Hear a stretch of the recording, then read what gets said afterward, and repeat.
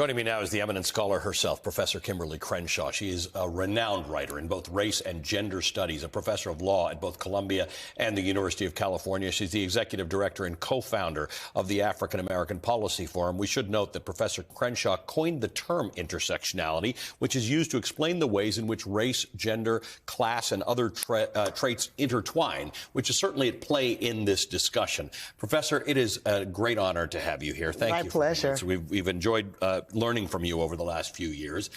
What is at play here? I think there's a few things we have to keep in mind. The College Board is not, though the name suggests, some sort of independent body that does this. It's a corporation. It is. It makes most of its money off of these AP courses. That's right. So when it got pushback from Florida, it saw the risk of not being able to make more money off of this course and said, all right, what do you need changed? Yeah, well, I think that people need to recognize that, first of all, you don't have to focus on DeSantis, whether his comments 2 weeks ago or last month actually were the factors that made them change the course.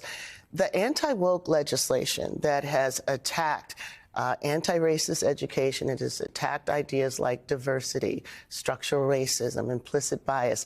Those laws have been on the books in almost half the states for over a year, and some have been talking about it for 2 years. So if the College Board, which, as you pointed out, is a corporate entity, wants to sell a product, and the laws are on the books that are saying this product cannot come into this state if it has these features in it, then of course they're going to try to figure out a way to sell the product, and that involves slicing, dicing, diminishing, marginalizing the aspects of the course that the states don't like. So for the College Board to actually say, well, we didn't do this in response to DeSantis, that's saying a little too little. Right. What about the larger environment that has been sparked by the demands for more education about structural racism? That sparked this counter anti-wokeness. They cannot say that they were not aware of this. They cannot say, I think credibly, that it wasn't taken into account. You just look at what was actually carved out with surgical precision. Either they're awfully lucky that they happen to carve out the things that these states didn't like, or they're bowing to this kind of pressure. Let's look at some of the stuff these are just keywords that were removed, not even mentioning you and other authors, but Black lives, institutional racism, structural racism, systemic racism. Here's the thing, the words critical race theory and CRT have become something every American knows in the last few years, but I've actually got one of the people who was at the table when this was developed. You're actually the person and one of the people who knows what critical race theory is. This is actually proof of critical race theory, Absolutely. right? They've taken things that address inequality in the system and removed them from what people will actually learn, thereby perpetuating the ignorance and systemic racism. And they've done it through a frame called divisive concepts, right? Now, when has the liberation of black people never been divisive? We fought a civil war on it. You can't get more divisive than that.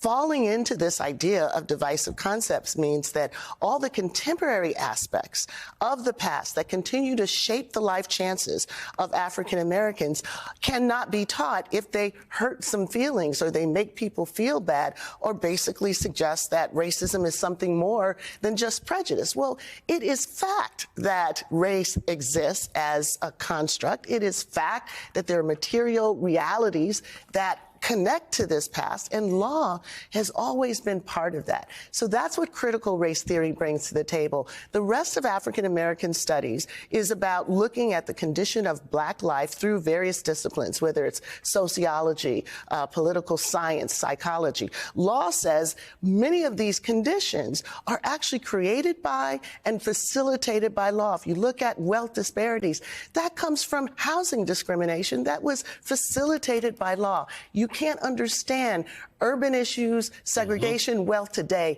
if you don't know those things. The College Board has basically said that those states that don't want to talk about those things don't have to talk about those things. It's just like segregation used to be.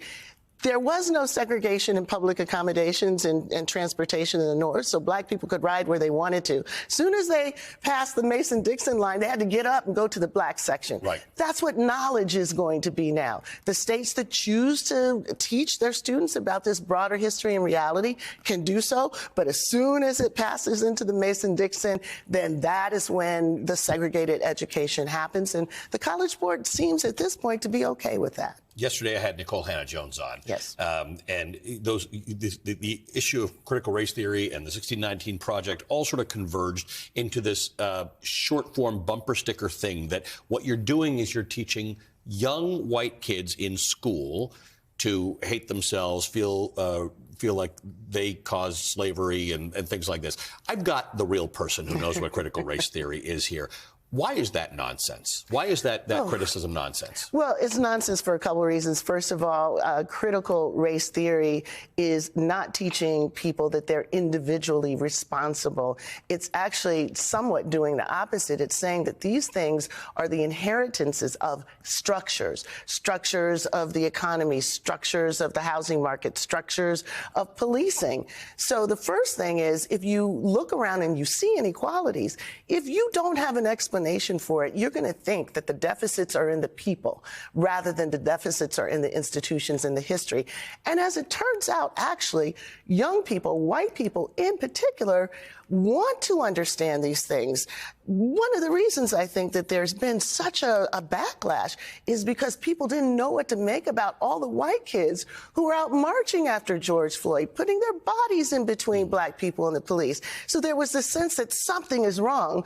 Where can we find what happened to our kids? It must be in the schools. That is sort of a tried and true idea of all authoritarian leaning regimes, which is where we're heading. If we don't like what's happening, if we want to tell a mythical story of our past, let's go get rid of the books. Let's go get rid of the teachers. Let's go take over the institutions of higher learning. And that's exactly what's happening right now. These are public institutions of higher learning, which is what should worry people the most. I've heard people say, well, this won't apply to private schools. It's like most people get an education in public schools in America. Most people do. And the AP does take a view on what is fact versus what is ideology. Sure does. And critical race theory and some of the things that you and others talk about have, according to them, fallen into the category of ideology. Yes, and this is, again, what's so... Which makes them optional. Yes, this is what's so concerning about the College Board. I mean, if you listen to some of their responses, they'll say facts are one thing, theories are something else. And if you look more broadly, if a state decides not to teach